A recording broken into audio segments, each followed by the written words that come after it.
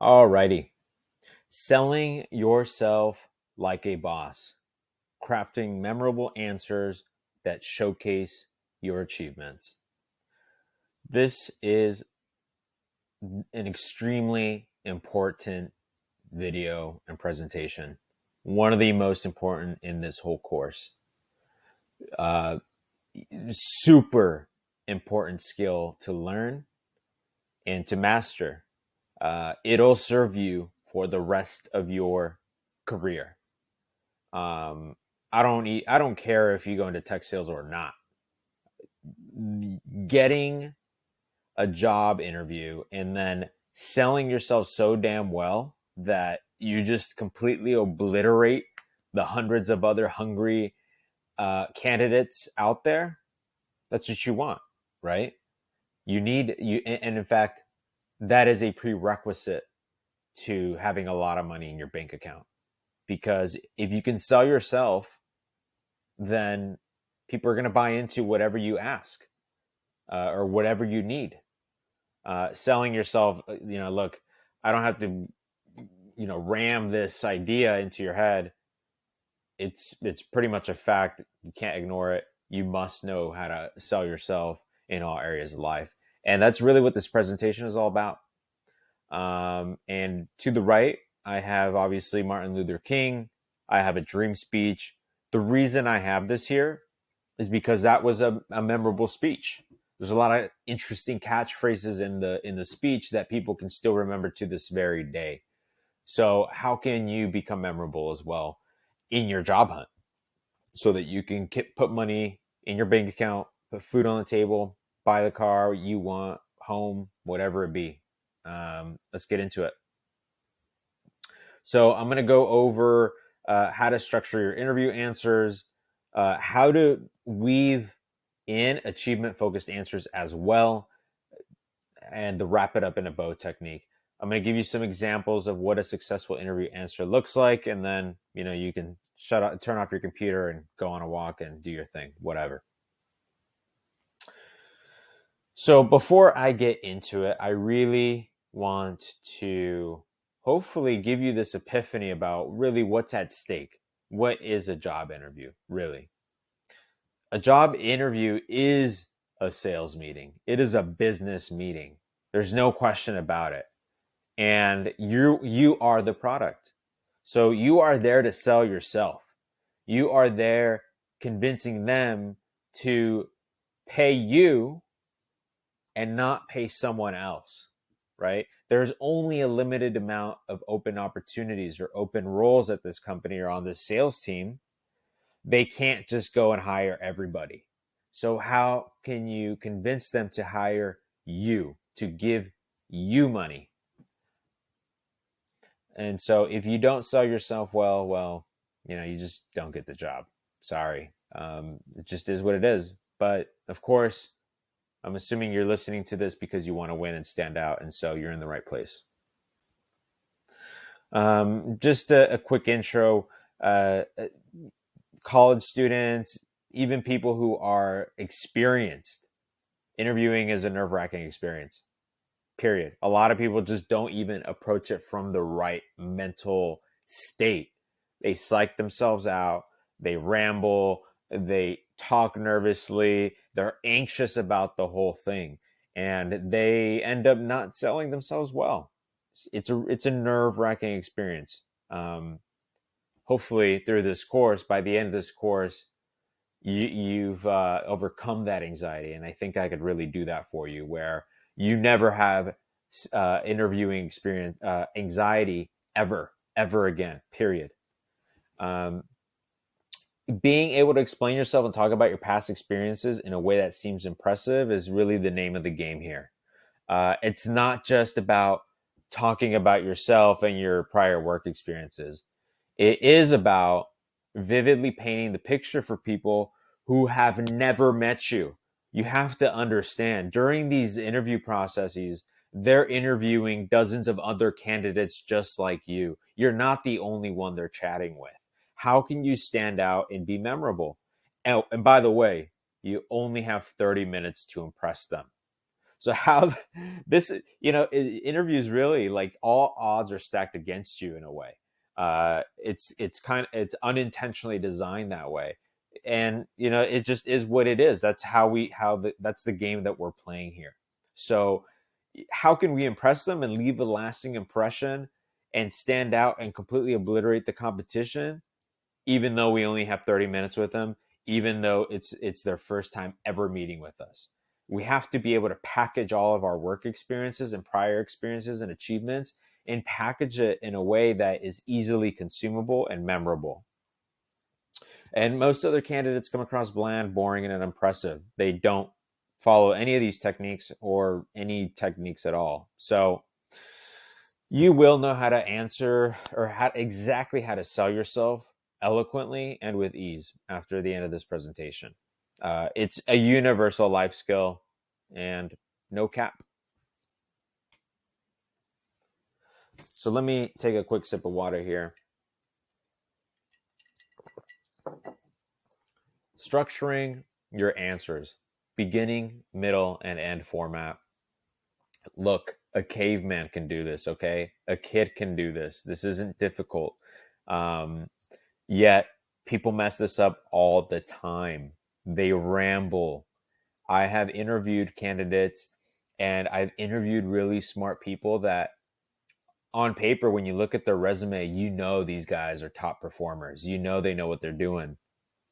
And yet we end up passing them up because they leave such a bad impression on the team.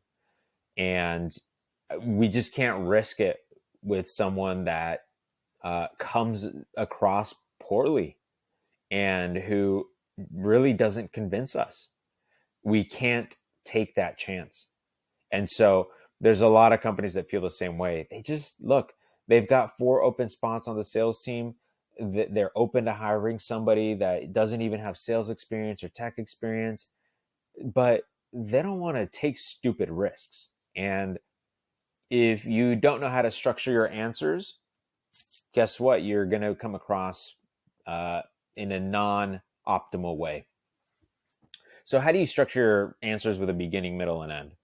Step 1, tell them what you're going to tell them. And then step 2, get into the story. So in other words, I'm going to tell you what I'm about to tell you, then I tell you it. That's a 2-step process. And then in the end, you wrap it up again by telling them what you just told them. And why should we do all this? Again, keeps you accountable from rambling and losing your train of thought. It allows them, the interviewers, to stay engaged and not getting bored. But this is the actual most important piece. It allows them to better remember the key bullet points. Because here's what ends up happening.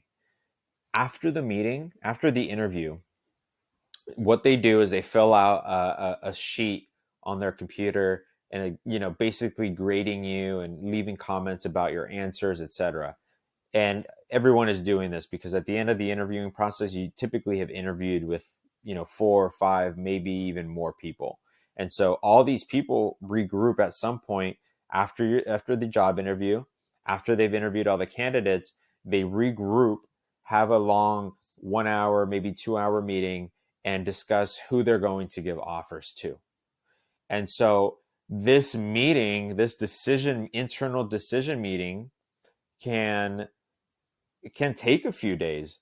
They could do it a few days later. They might wrap up your interview on Monday, but then not have this decision meeting till Friday, because they had to take that time to regroup and discuss all the candidates and wrap up the interviews with the other candidates as well.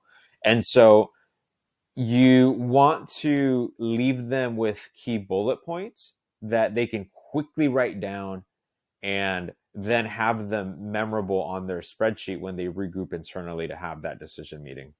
And a lot of candidates don't realize that how this whole decision process works. And so what you do by structuring your responses is that you allow them to quickly grab those bullet points, write them down, and remember you. And that's all we want here. So again, I want to drive this point home by giving you an example. So one of the most common interview questions that you'll get is, "What's your biggest strength?"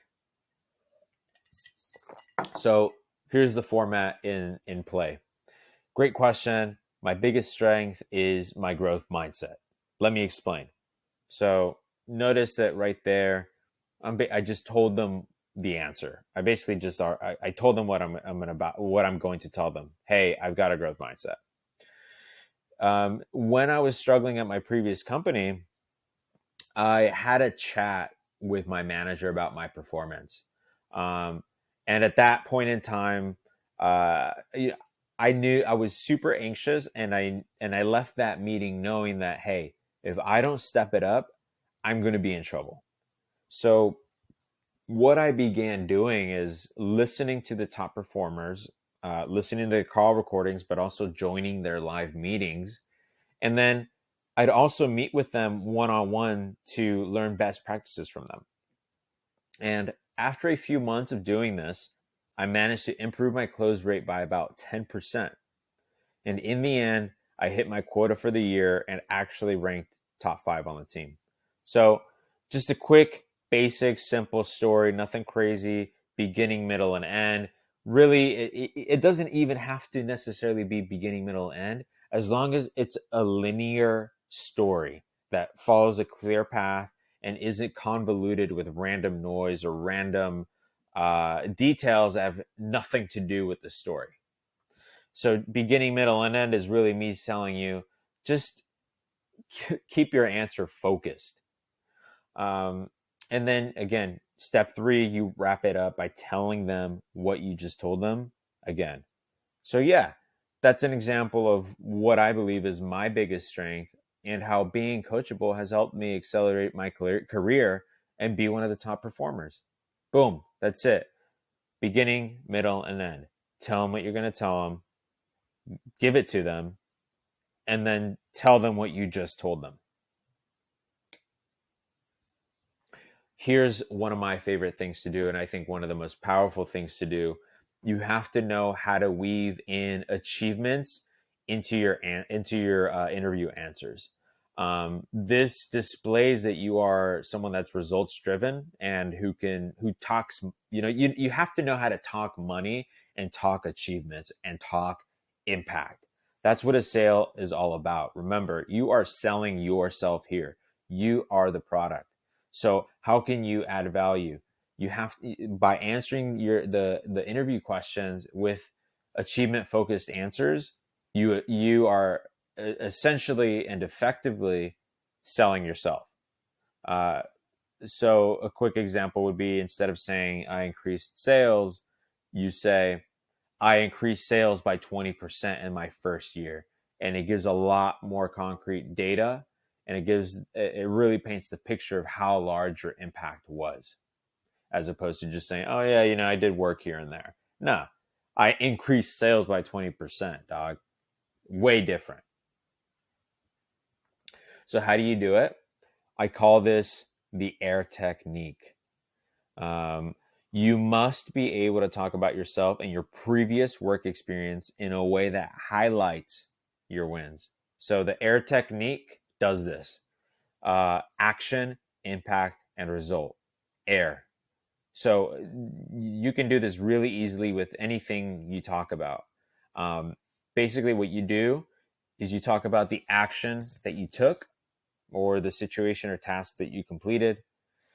Impact: what is the positive impact that your action had on the team, department, or company?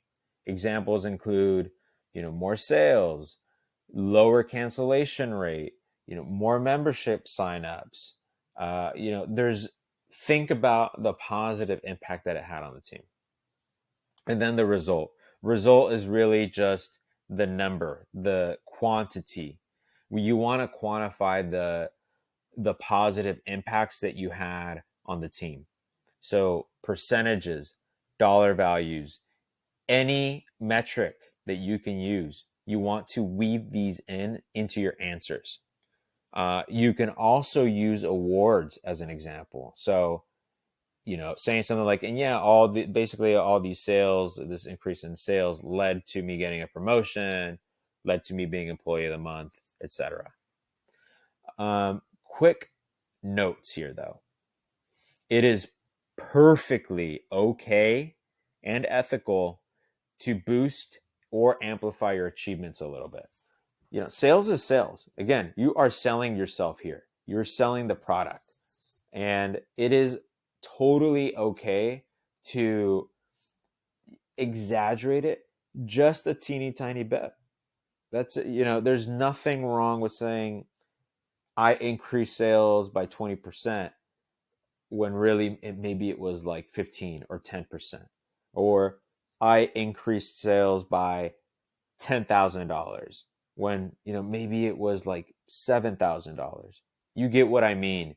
You can amplify it a little bit. That is okay. Personally, I do this as well, and it's allowed me to get difficult promotions that if I didn't boost it up just a tiny bit, I wouldn't have got that promotion. So totally okay to do, and I recommend it. However, don't lie, and don't overstretch the truth. There's a very big difference between saying, yeah, I increased sales by $100,000 when you sold $10,000 worth of product. You get the point. Amplify it, but don't lie. So a quick example is actually from one of my clients who works at a luxury store, a luxury clothing store. So when we first started working together, a lot of his answers sounded something like this. Yeah, I take customer orders and ensure customers are happy. Typically when they come into the store, I also greet them and see if they're looking for anything in particular. Uh, and yeah, I answer any questions and just I make sure that they're happy. Okay, that's fine if you want to tell that story to your grandma, like, and if you want to talk that way in a low stakes situation, fine. But again, this is a job interview. This is high stakes. This is where we're gonna make dreams happen, and we're gonna put money in your pocket, and hopefully we all come out winning. And so to get that money and to break into tech sales and sell yourself effectively, no matter where you go, you have to structure your responses like this. And so this is just a quick example. Again, and this is the same thing, the same exact scenario. My job was to ensure that customers were not only happy, but that we also upsold them and got the maximum amount of spend that we could get. For example, when a customer would come in, I would show them a few unique pieces that I thought would match what they were looking for. However, from there, my strategy was to have them try on the pieces. So I would take them over to the closet area and let them try these luxury pieces. This simple strategy of just trying on the pieces led to a 15% increase in sales for myself and my team. Ultimately, this led to more sales, and I was actually awarded Employee of the Month for 3 months straight. Boom. Two different, this is the same story, two different ways of telling the same story. Which one do you think is more persuasive? I'll let you answer that. Action, impact, result, weave in percentages, dollar values, or any sort of metric whenever you get the chance. We're kind of wrapping up here, but the wrap it in the bow technique. This is a really great way to make a lasting impression on the interviewers. This technique involves summarizing your key points at the end of an answer by tying them together in a memorable response. So, you follow the beginning, middle, and end formula, you apply the air technique, and then you wrap it up in a bow. So I named this wrapping it up in a bow because the way I see it is like you're essentially, formulating your answer for them, but then you're not just giving it to them. You're not just giving them the answer. You're then wrapping up that answer in like a nice, pretty, elegant bow, which is really just saying that you conclude your answer in a really great way. And so, what does that mean? So, wrapping it up in a bow technique example, normie response. So, yeah, I take customer orders, ensure the customers are happy. Typically, I greet the customers when they come in, yada, yada, yada. Again, normie response. But here's what the killer response looks like. We already did it. I just want to shine some more light on it. You want to tell your story and then lead with, wrap it up in an elegant way. Ultimately, this led to more sales, and I was awarded Employee of the Month for 3 months straight. Wrap it up in a bow. Some more quick examples because I want to make sure that you understand this. So, for example, if I'm asked, tell me about yourself, I would wrap it up by saying, and yeah, that's what brings me here today. I've got an extensive sales background where I've hit President's Club, and now I'm looking to apply my knowledge to a manager role. Or why sales?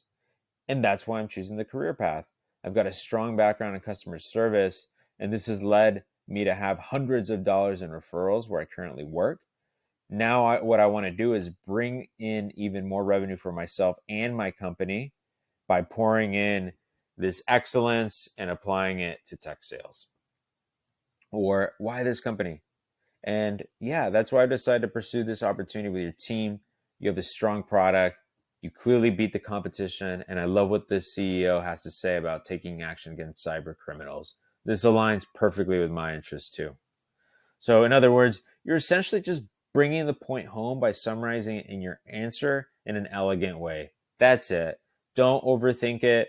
Basically, just think of wrapping it up in a bow technique as giving someone a glorified summary and a kind of like crazy. Imagine telling your buddy about the party. Instead of telling him about the party, you just tell him like one crazy line about the party. Imagine that. Apply it to the end of each of your answers during the interview process. And just to put it all together, we're about done here. Beginning, middle, and end, plus air technique, plus wrapping it up in a bow. Trust me, you're going to generate killer answers all day. No one is doing this. There's no stopping you once you master this. We're going to wipe out a lot of the competition. I'm telling you. And yes, getting into the groove of this and making this feel natural does take a few practice rounds. I just unloaded a lot on you. And if you're not used to talking in this way, where you're structuring your responses, weaving in achievements and impacts and metrics, um, it's going to take a little bit to get into the groove. So that is why I 100% condone taking practice interviews with companies and recruiters, even if you are not fully interested or invested in them. Take the interviews, like especially if you need the practice. Until you get an offer, you're not too good for the practice. And again, just a quick example of this, all wrapping it up together. I think you get it at this point. Instead of answering it like a normie, insert some metrics in there. One point I do want to leave you with is this. You don't need grandiose stories or out of this world achievements to successfully sell yourself. Like, of course, yes, they help. If you got an amazing track record and success story, obviously it helps. But really, it's more about explaining the experiences that you already have had in a better way. And if you can do that, you're going to succeed. And to conclude, it is your duty to explain yourself well. People are, these interviewers and companies are not therapists. They're not going to, drag it out of you and dig and ask you questions to dig deeper and ask for clarification. They're not going to do that. If you don't answer the questions well, then you just gave them a bad answer. They're not going to keep on digging. These people are quickly trying to make hiring decisions. They're running a business. They just want to find top talent or high potential and hire them. That's it. So make it easy for them. It's up to you to templatize your answers in a way that is most appealing and most impressive and memorable. I gave you the formula in this presentation. Now you have the template for how to craft your answers for any question that you get. And this is how you sell yourself. Go get your money. Obviously, I put in Conor McGregor here, one of arguably the highest paid fighter in the UFC, and the guy was just a tremendous marketer. He knew how to rile up an audience, and his fan base as well as pay just grew tremendously. This guy is from the gutter. This guy's from nothing in Ireland. Truly an inspiring story. And guess what? It's all because he knew how to sell himself and market himself well.